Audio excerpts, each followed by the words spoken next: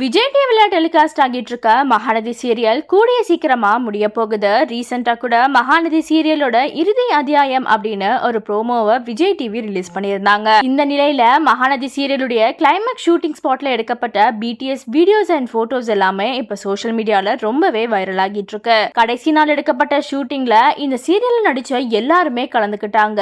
அதுவும் குறிப்பா குமரன் கேரக்டர்ல நடிச்சிட்டு வந்த கம்ருதீன் இந்த சீரியல்ல இடம்பெற்றிருக்காரு. பிக் பாஸ்ல இருந்து ரெட் கார்டு மூலமா அனுப்பப்பட்டதை தொடர்ந்து கம்ருதீன் இதுக்கு முன்னாடி மகாநதி சீரியல்ல குமரன் அப்படின்ற கேரக்டர் மூலமா பிரபலமானாரு. இவருக்கு மகாநதி சீரியல் மூலமா தான் பிக் பாஸ்ல வாய்ப்பே கிடைச்சது. இப்படி இருக்க சூழல்ல பிக் பாஸ்க்கு அப்புறமா கம்ருதீன் இந்த சீரியல்ல நடிக்காம இருந்தாரு. அவர் இல்லாமையே சீரியலும் நகர்ந்துட்டு தான் வந்தது. இப்படி இருக்க சூழல்ல தான் கம்ருதீன் இந்த சீரியலுடைய கிளைமேக்ஸ் எபிசோட்லயும் பங்கேற்றிருக்காரு. மேலும் விஜய் காவேரிக்கு திருமணம் செஞ்சு வைக்க போறாங்க. அதுக்கு காவேரியும் சம்மதம் சொல்லியிருக்காங்க. அப்படிதான் இப்ப சீரியலும் நகர்ந்துட்டு இருக்கு. இந்த சீரியல்ல விஜய் காவேரிக்குன்னு பல ஃபேன்ஸ் இருக்காங்க.